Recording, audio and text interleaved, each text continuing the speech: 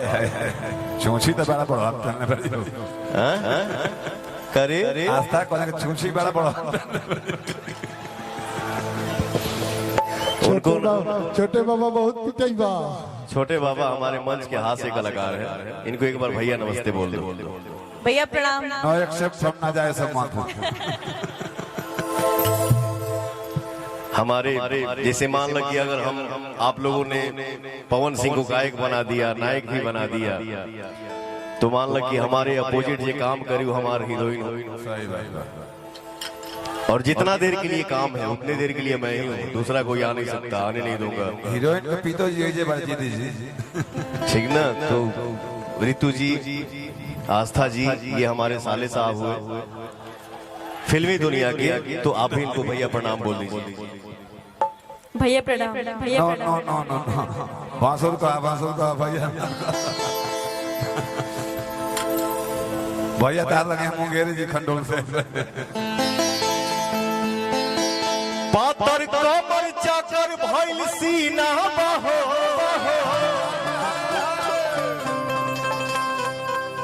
पातर कमर चाकर भइल सीना बहो, हाथे खिलैकन के छूटत पसीना बहो। काकी करतारू यूज टाइट रहता ची, असर करत न जाड़ के महीना। ये हमारे साथ बहुत पहले फिल्म पहले बड़ी ठीक ना, तो हमारी भगवान हमारे सामने खड़े हैं, बैठे, खुल के एंजॉय करिए, ठीक है। असर करत नजर के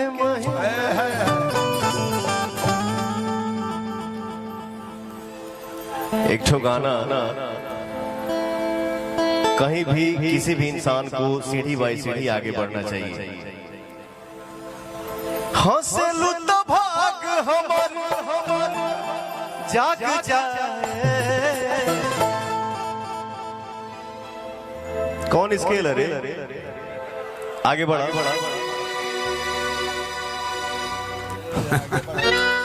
एक मिनट।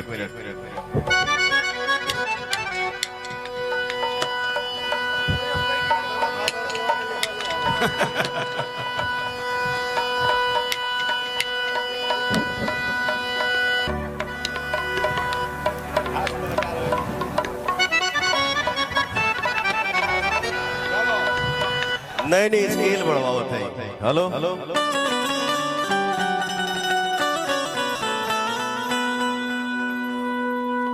हेले आओ आगे रहो फ्रंट पर। हंसलू तो भाग हमर जाग जाए, हंसलू तो भाग हमर जाग जाए। जा हमरो हमरो तोहरे के लाग जाए, जा हमरो तोहरे के लाग जाए।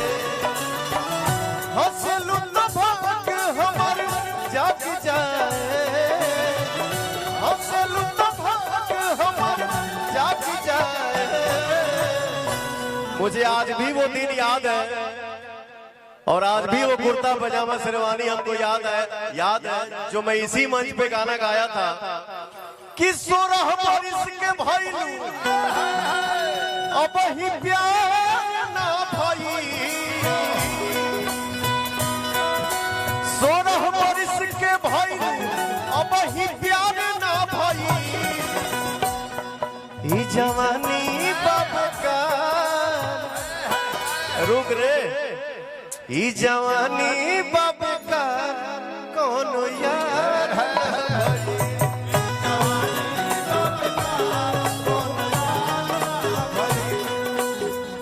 आओ आज आस्था मेरे साथ मंच पे पहली बार मिली है, जागरण में करो भैया हो जा हमरो उमर। यही डांस किया था उस टाइम भी। तोहरे के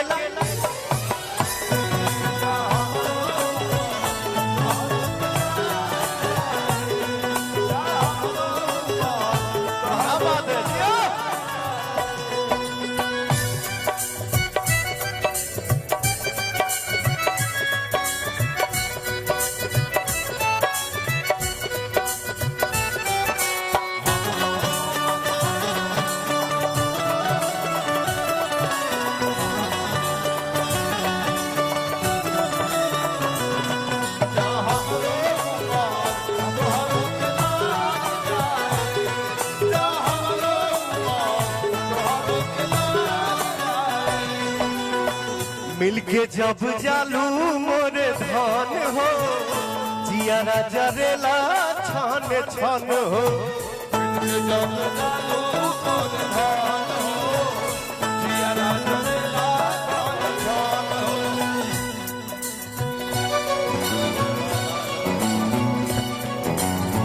मिलके जब जालू मोरे धान हो जियारा जरेला छान छान हो